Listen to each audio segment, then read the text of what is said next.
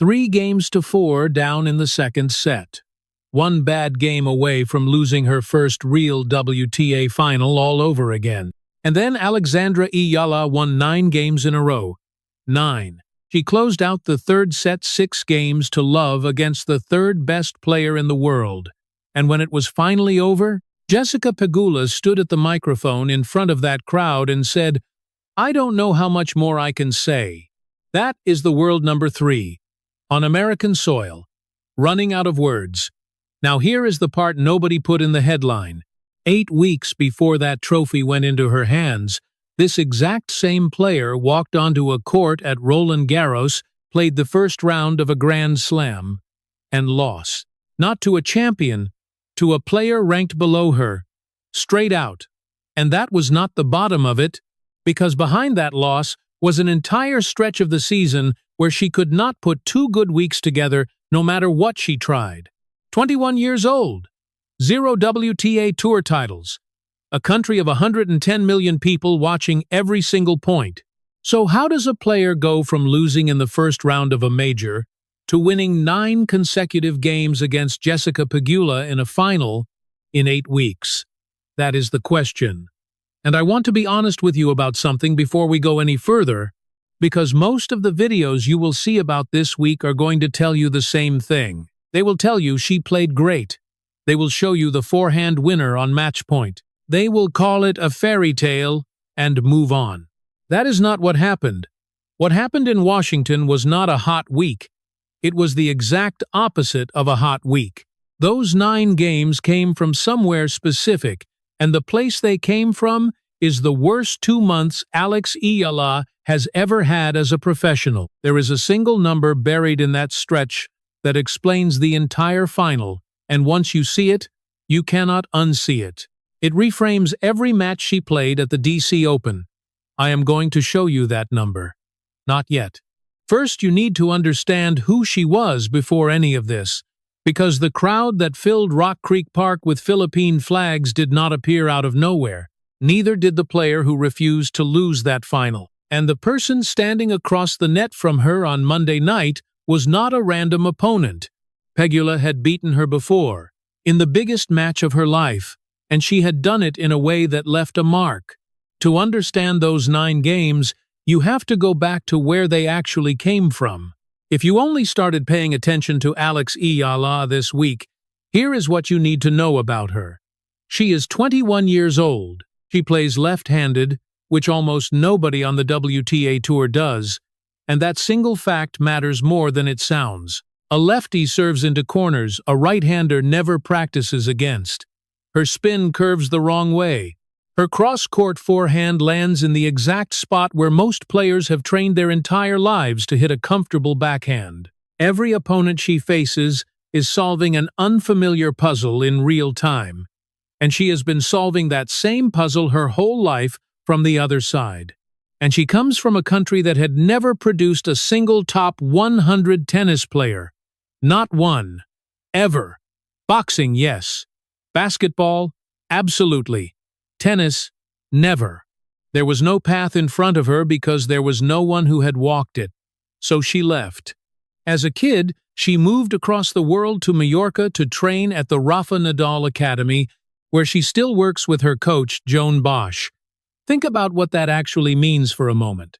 A child leaving her family, her language, her food, her country, to chase something no one from her nation had ever done, in a sport where the odds of making it are almost mathematically insulting. And she delivered.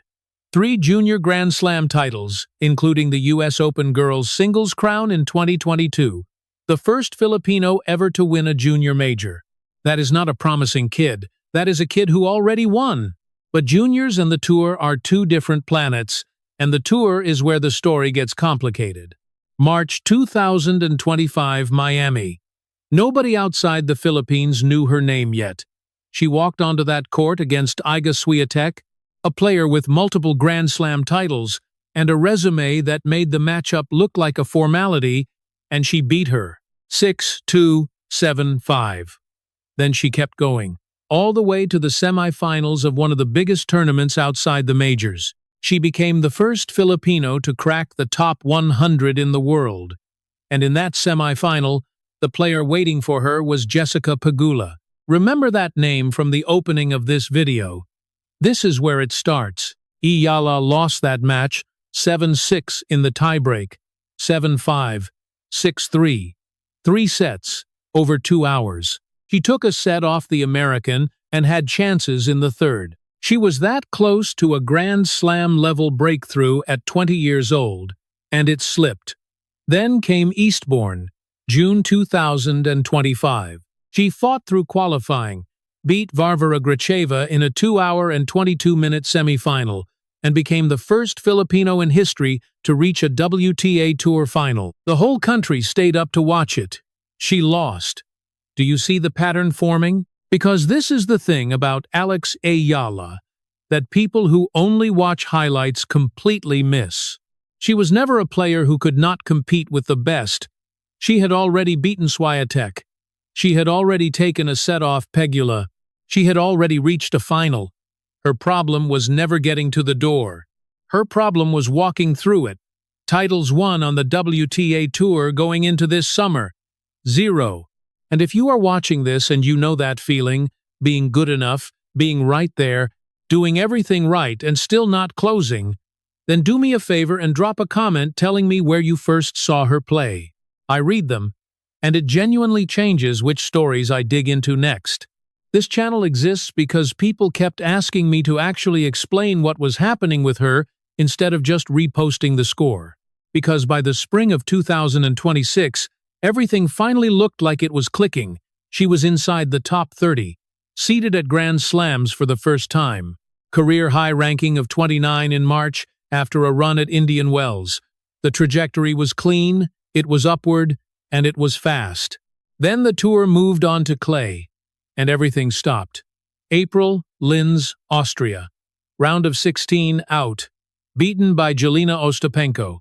Stuttgart, round of 32, out. Beaten by Leylah Fernandez in her first match. Madrid, round of 64, out. Beaten by Elise Mertens. 3 tournaments, 3 exits.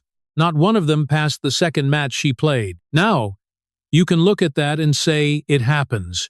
Every player has a bad month. Clay is a specialist surface, and she is not a clay specialist. Fine, except here is the thing about the WTA ranking system that makes a stretch like that so much worse than it looks from the outside.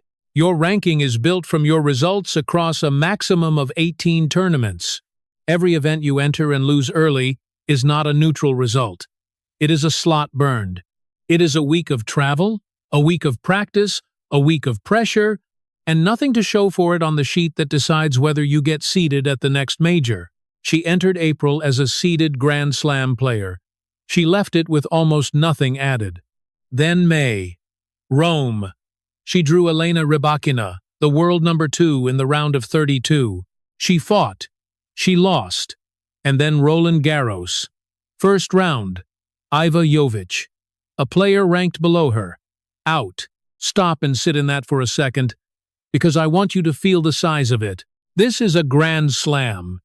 There are 4 of these a year. 4 chances in an entire 12-month season to do the thing that changes your career and your ranking and your life. She got 1 match. She got 1 match, and then she got on a plane. So what actually went wrong? Because it was not talent. She had beaten Swiatek in Miami. It was not fitness. She had played a 2-hour, 22-minute semifinal in Eastbourne and won it. It was not the draw either.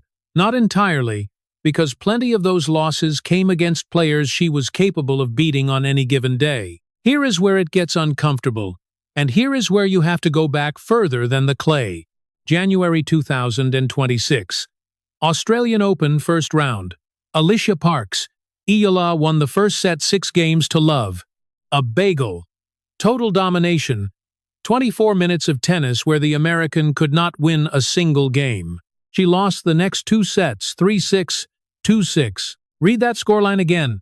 6-love, 3-6, 2-6. She went from perfect to gone. And that is not a story about being outplayed by a better player, because for 1 set she was untouchable. That is a story about something happening after the first set that she could not stop. So what is it? What was actually breaking? You start looking, and you start finding it everywhere in that stretch.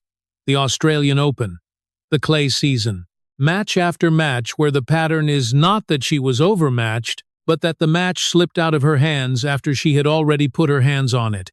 And this is the part I need you to hold on to, because it is going to matter in about 10 minutes. There is one number from that clay season that explains the entire final in Washington. 1. I am going to leave it right here, and I am going to come back to it. And when I do, everything you think you just watched at the DC Open is going to look different. June. The grass season starts. New surface. Fresh slate. Bad Homburg, Germany. Round of 32. Elise Mertens again. Straight sets. Out in her first match.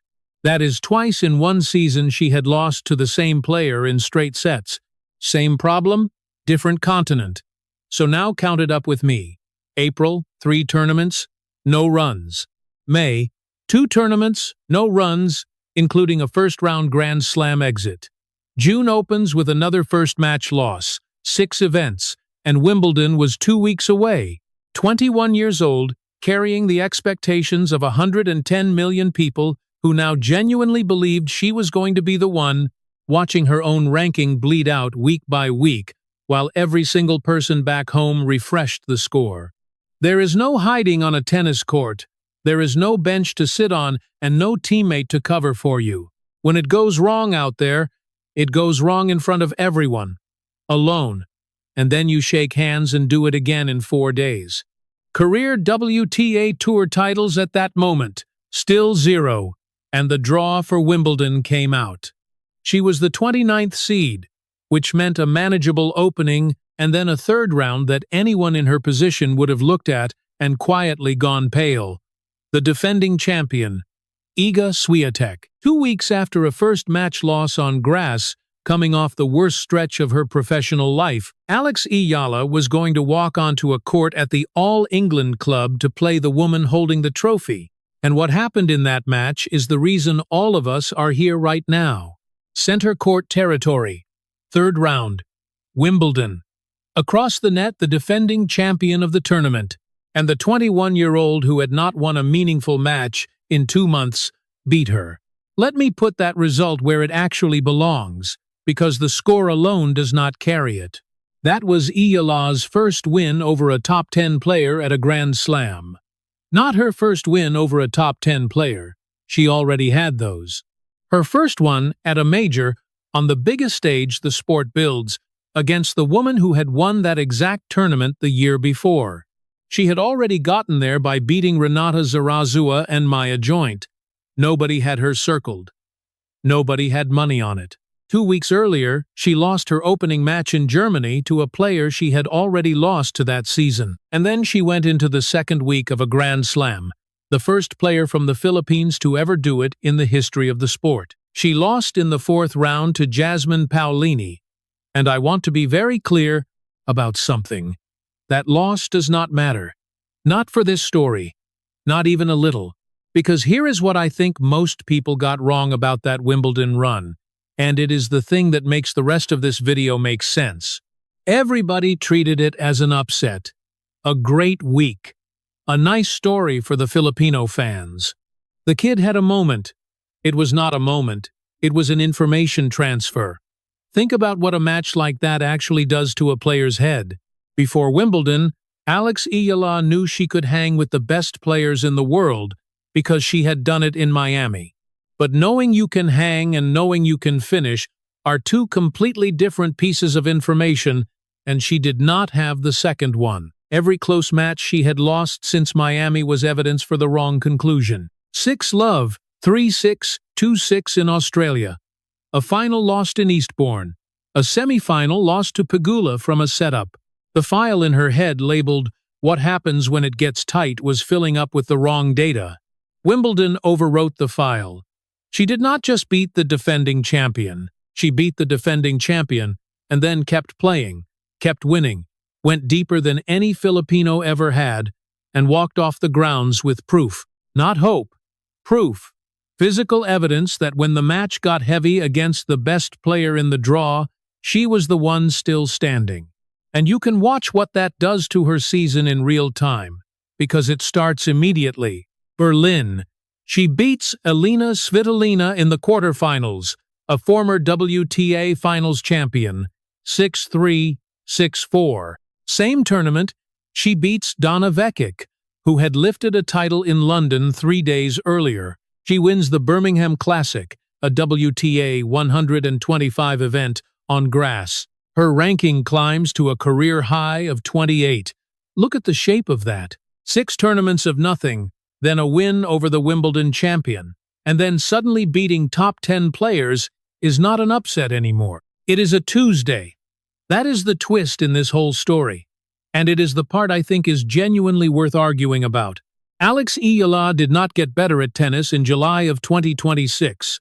Her forehand did not change. Her serve did not change.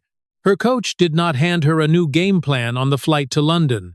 What changed was what she believed was going to happen when a match got close, and she got that belief from a single afternoon against Iga Swiatek. So here is the question I actually want your opinion on, and I want it in the comments, because I go back and forth on it myself. Is that real, or is that just a story we tell afterward because it sounds good? Do you think one win can genuinely rewire a professional athlete? Or was she always going to break through and Wimbledon just happens to be the date on the calendar where it landed? I have my answer. I am not sure it is right. Tell me yours, because the people in the comments on this channel have changed my mind before. Because if I am right, then something very specific should be visible at the DC Open. Not just wins, not just a trophy, a particular kind of win, showing up again and again, in a way that would be almost impossible to explain as luck. And that number I left with you back in the clay season is about to come collect. Look at the draw she actually had to walk through in Washington. I want to read it to you in order, because when you see it as a list, it stops looking like a tournament and starts looking like a test somebody designed on purpose. First round. Zheng Qinwen, Olympic gold medalist, a former world number 4. Eala lost the first set 4-6, then went down a break in the second, which means she was 1 game from a straight sets exit in her first match at a tournament she had never played before. She won 4-6, 6-4, 6-1. And at the net, Zheng gave her a handshake so cold it went around the internet by itself. Second round. Leylah Fernandez, the defending champion of the tournament. Eala went down 5-1 in the second set. 5-1. That is 1 game from a decider. She won 6-2, 7-6, taking the tiebreak 7 points to 1. Second tournament in a row she had knocked out a defending champion. Quarterfinals. Elina Svitolina, the second seed, world number 10. 6-3, 6-4. And here is the detail I love. That is the exact same scoreline she beat Svitolina by in Berlin a month earlier. Not similar. Identical. That is not a hot streak. That is a solved problem. Semifinals. Naomi Osaka, 4 Grand Slam titles, a former world number 1. 6-4, 6-2. Osaka won points on just 59% of her own service games and got broken 4 times out of 12 chances. Eala won 71% behind her first serve and 83% behind her second. Final. Jessica Pegula, world number 3. Top seed, the woman from Miami. Pegula won the first set 4-6. Then rain came, and play was suspended with Eala leading 2-1 in the second, and the entire final got pushed to Monday. So now add that to the pile. She had to sleep on a lost set, wake up, and walk back out. Pegula picked up exactly where she left off and moved ahead 4-3. And then Eala won 9 straight games. Now, that number I left with you back in the clay season, the number is 0. Across that entire stretch, April through the middle of June, 6 tournaments, Eala did not win a single match after losing the first set, not one. Australia was the same disease from the other direction. 6-love, then 3-6, 2-6. Her problem was never who was standing across the net. Her problem was what happened to her when the match turned against her. Now go back through Washington with that in your hand. Zheng, down a set and a break. 1. Fernandez, down 5-1 in the second. 1. Pegula in the final. Down a set, then down 4-3 after a rain delay. 1. 4 of the 5 matches she played that week, she was behind. In 3 of them, she was in exactly the situation that had defined the worst stretch of her career, and she came back every single time. That week was not a lucky draw. It was the same exam, 5 times, on the one subject she used to fail. So look at the hook again. 9 straight games from 3-4 down against the world number 3. That is not a highlight. That is the answer to a question she had been failing to answer since January, delivered in the biggest match of her life, against the specific player who had taken her breakthrough away from her in Miami 16 months earlier. And this is where it gets almost too neat. The DC Open is the tournament where Jessica Pegula won her own first WTA title back in 2019. 7 years later, on the same court, she was standing on the other side of somebody else's first one. Pegula knew exactly what she had just watched. She got the microphone and said, "I don't know how much more I can say." She told Eala she had seen how far she had come since the first time they played. And then she said the part I keep thinking about. She said the fans who follow Eala everywhere are not fun to play against. And then she said she thought it was amazing anyway. She also said it was the best Monday final crowd she had ever seen, which, if you have ever been to a rain-delayed Monday final, is a genuinely wild sentence. Eala's own version was simpler. She said she was so nervous, she basically blacked out, and everything came rushing at her at once. Her eyes filled up before she even got off the ground. Then she hugged Pegula at the net, screamed, and went and called her parents. The ranking moved from 28 to 20. 500 points. World number 20. The highest any Filipino player has ever been ranked in the history of professional tennis. And here is the reward for those of you still with me, because there are 2 things about that week almost nobody is reporting. Mark Ein owns that tournament. Before Eala had even played her first match, he said that for the previous month, at least 80% of the questions his ticketing team received were about when Alex Eala was playing, in a field that included Naomi Osaka, Venus Williams, Madison Keys, Elina Svitolina, Leylah Fernandez, and Jessica Pegula. 80%. For an unseeded player who had never entered the tournament before. And the second thing, during that week, Eala wore a Nike shirt with a phrase on it in Filipino. Translated, it says, "Once it grows, it cannot stop." She was wearing it before she beat any of them. But the trophy is not the biggest thing that happened in Washington. Not even close. Forget the ranking for a second. A country of 110 million people had never had a WTA champion. Not one. In the entire history of the tour. On Monday night in Washington, that stopped being true forever. And you could see it coming all week if you looked at the stands instead of the scoreboard. Philippine flags across the lower bowl on Sunday, still there Monday when play resumed, the seats filled for a rain-delayed restart that most tournaments cannot give away. The chants for Eala routinely drowned out the chants for the highest-ranked American in the sport, playing at home in her own country's capital. Manny Pacquiao posted about it afterward. He said her comeback showed the heart of a Filipino, and then he called her our new champion.